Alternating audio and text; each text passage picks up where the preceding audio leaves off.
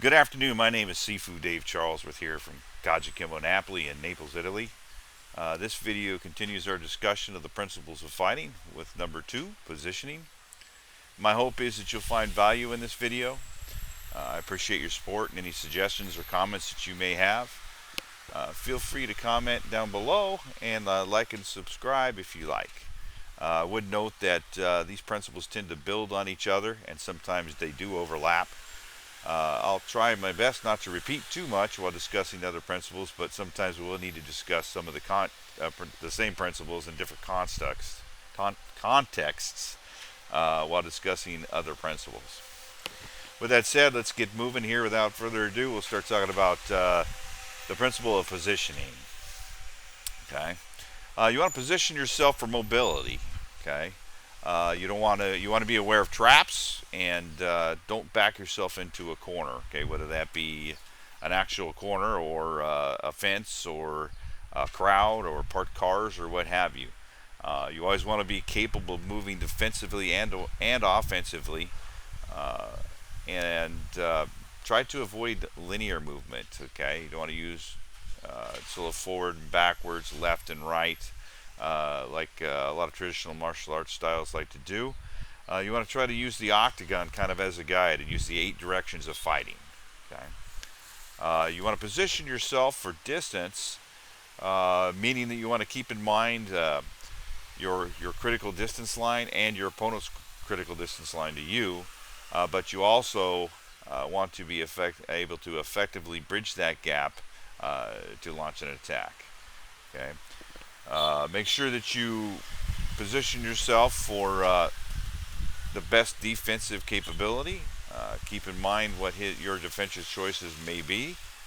And you want to ensure that you consistently cover all of your vital areas. Okay. Don't let your cover down and get too excited and forget to cover down. You want to position yourself for your best offensive capability. You want to keep in mind your line of attack. You want to use the 8 different directions of fighting. Once again, when you're launching an attack, use angles to your advantage. Okay. So once again, avoid the linear movement. You always want to remain relaxed. Okay, so that you can explode on your target.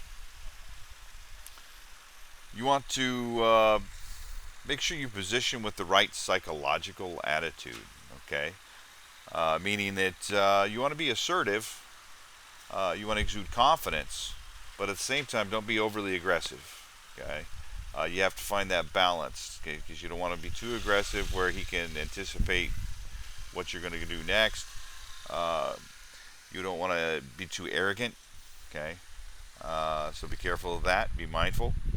And be active or passive, okay, and alternate between the two depending on how you want to set up your opponent. And going back to number 1, setups.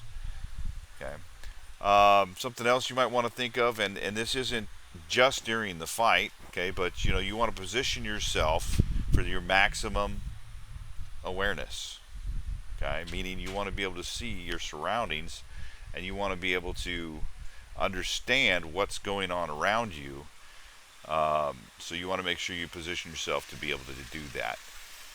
With that said, you want to keep in mind, hey, did your opponents have friends? Are his friends in the crowd watching you guys fight or something? If that's the truth, you might want to keep an eye on them. You might want to try to keep your opponent, okay, between you and them.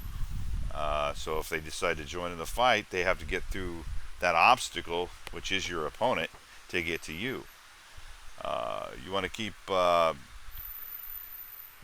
in the open areas. Try to stay in the open areas, not next to the crowd, or so that if someone that you don't know is one of his friends, doesn't jump out of the crowd and hit you with a bottle, or stab you in the back.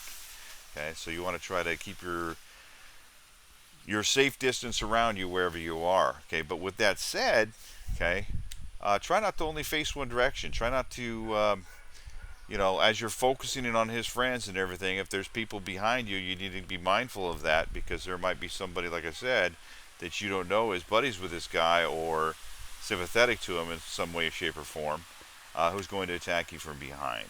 Okay. Lastly, while it's very, very important to keep your eyes on your opponent, try not to get that tunnel vision and only focus on him, because if you do that, you're not going to see his friends. Uh, that may be trying to do you ill will when you're not looking. So keep that in mind. I hope you enjoyed this short lesson, and that you're able to use this to develop yourself in your life, and that it may complement your martial arts journey. Please keep in mind, though, that these principles are subjective and they're not all inclusive, and there may be other things that you can add to it. In fact, I added one, while I was making this video, and I had to make it again. As you go over these things, you think of things, and be open to that. Don't have your mind closed. Say, hey, everything's as written. You need to be able to expand your knowledge and expand your understanding of things as you move along. So again, please feel free to leave any comments down below, or feel free to email if you like at KAJUKENBONAPOLI@gmail.com. Napoli is spelled Napoli. Lastly, if you enjoyed the content, please let me know by hitting the like button, and hit the subscribe button so that you won't miss any future content. Plus, it helps the channel, and I really do appreciate your support. Thank you for all of your kindness, and I'll see you next time. Mahalo.